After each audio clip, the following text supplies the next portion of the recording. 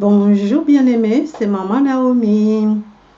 Ravie de vous retrouver tous aujourd'hui pour un nouveau chapitre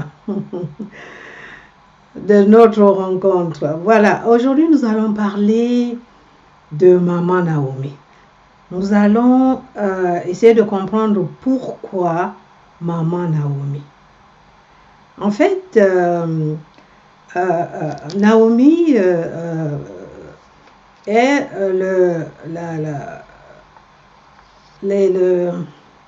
le personnage principal du ministère La Maison de Naomi. Elle est la responsable de la Maison de Naomi.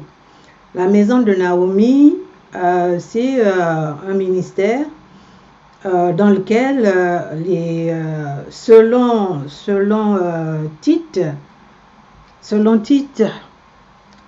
chapitre 2, versets 3 à 5, il est stipulé que les femmes âgées doivent donner de bonnes instructions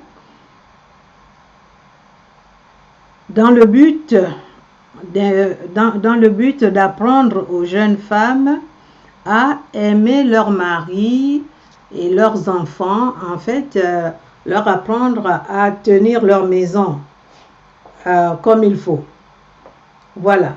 Donc, tout est parti de ce verset-là, Tite 2, 3, 5.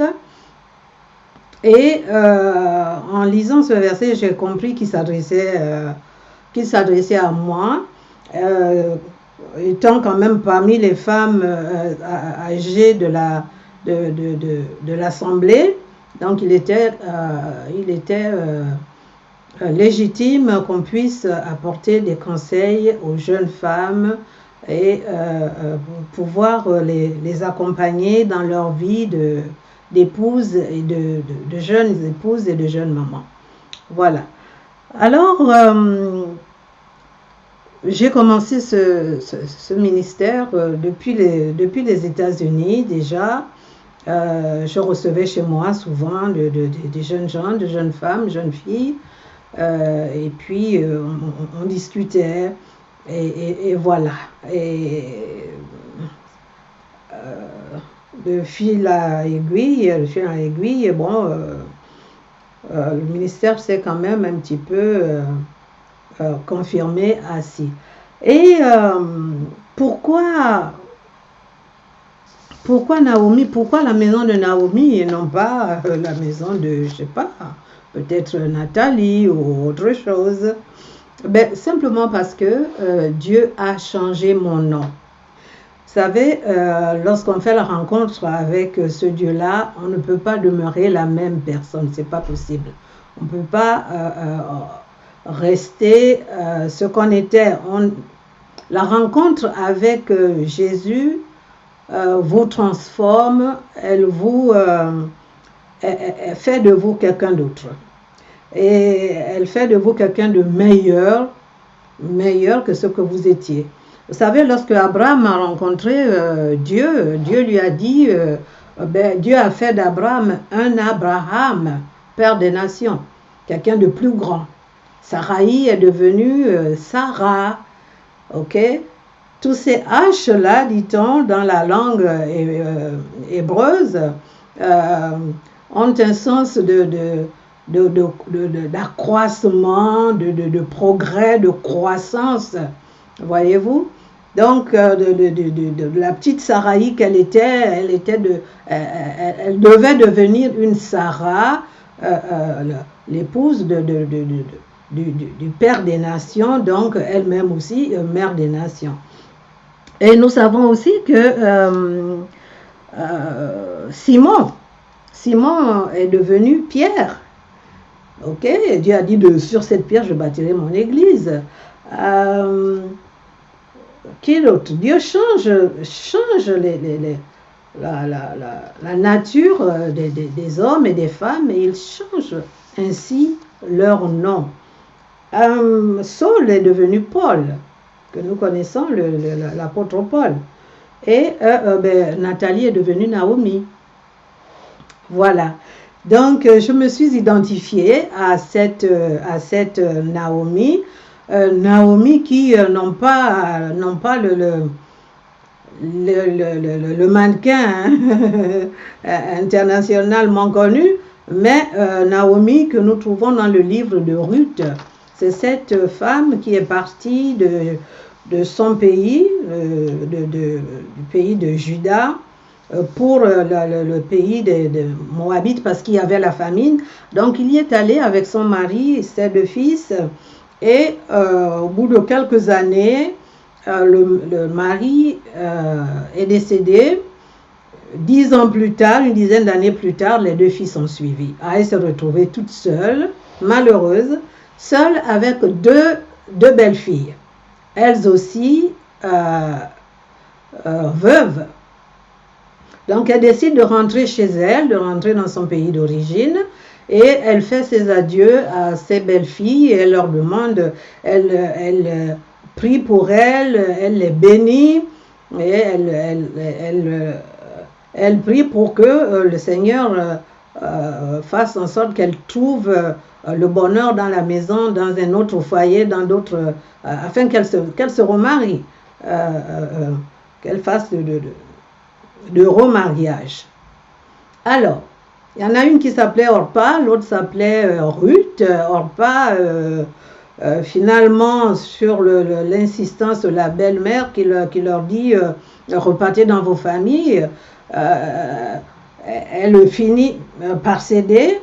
Elle donc dit au revoir à sa belle-mère.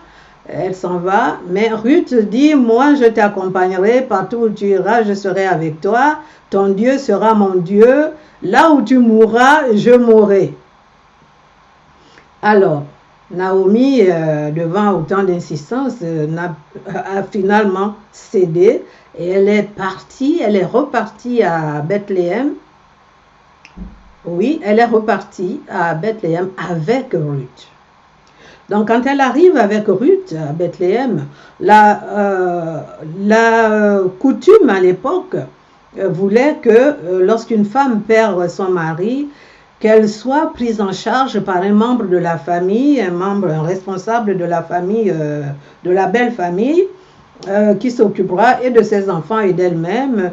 Et très souvent, il y avait ce qu'on appelait à l'époque le droit de rachat, c'est-à-dire la femme, la veuve était épousée par un autre membre de la famille. Donc, quand elles arrivent à Bethléem, Naomi s'arrange à ce que Ruth soit reprise, qu'elle soit sous la protection d'un membre influent de la famille de son mari, qui n'était autre que Boaz. Alors, qu'est-ce qu'elle fait, Naomi? Elle donne des conseils à Ruth.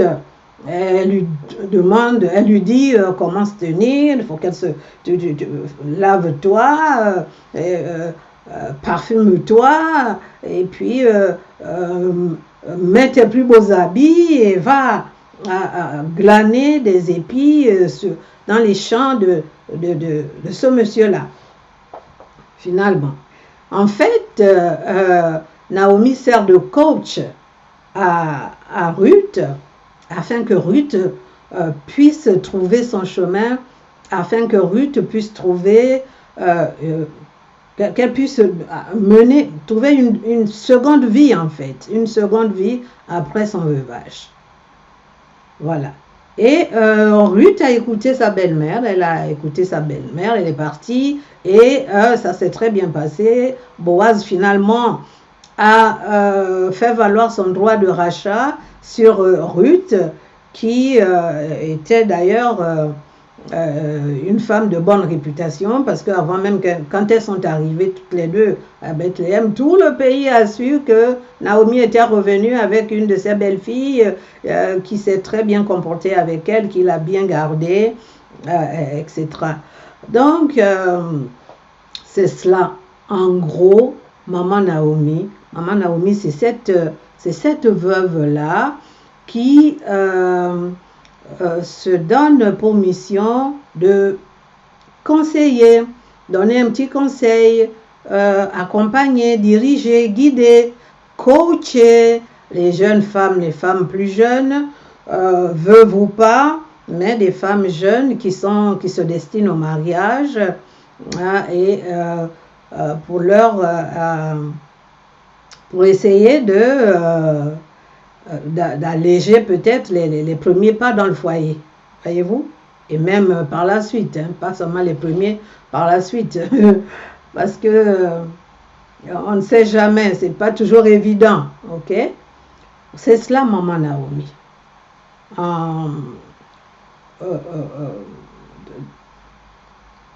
Pour commencer, en fait, le ministère, c'était cela, c'était donner des conseils à la femme mariée. Mais ensuite, le Saint-Esprit me dit, mais tu parles à la femme, mais alors qui va parler à la jeune fille? Tu parles à la jeune fille qui va parler aux enfants et qui va parler au mari. Et d'ailleurs, une femme m'avait dit, ah, il faut parler aussi aux hommes, hein? Il faut aussi parler aux hommes. Oui, on peut parler aux hommes, mais très souvent, lorsqu'on parle à une femme, on parle à toute une nation. Parce que c'est la femme qui éduque, en fait. C'est elle qui éduque les enfants. C'est elle qui est le plus souvent à la maison. Et très souvent, la femme va éduquer son mari. Hein. Ça, ça a été prouvé. Elle va l'éduquer. Voilà qui est maman Naomi. Donc, parce que beaucoup parmi vous, parmi ceux qui me connaissent, se demandent pourquoi Naomi. Il y en a qui disent elle a pris un nom de vedette et tout. Non, c'est Dieu qui a changé mon nom. Il a changé mon nom. Il a fait de moi quelqu'un d'autre. Il m'a donné une mission, une mission précise, et c'est celle-là que j'essaye d'accomplir. Voilà pour maman Naomi. Donc, si vous voulez plus d'amples informations, si vous voulez qu'on échange, n'hésitez pas à aller sur mon email, la maison de Naomi. La maison de Naomi, c'est l'email at gmail.com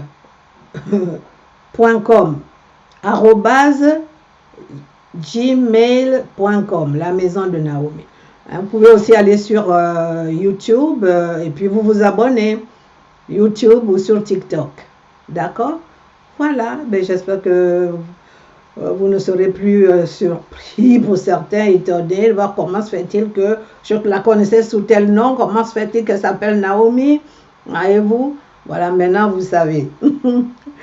Ok, bon. Alors, je ne me reste plus qu'à vous dire au revoir et puis je vous retrouverai très prochainement parce que nous allons parler encore et encore de la femme, d'autant plus que dans quelques jours, ça va être la journée internationale des droits de la femme. Voilà, que Dieu vous bénisse et à bientôt. Au revoir.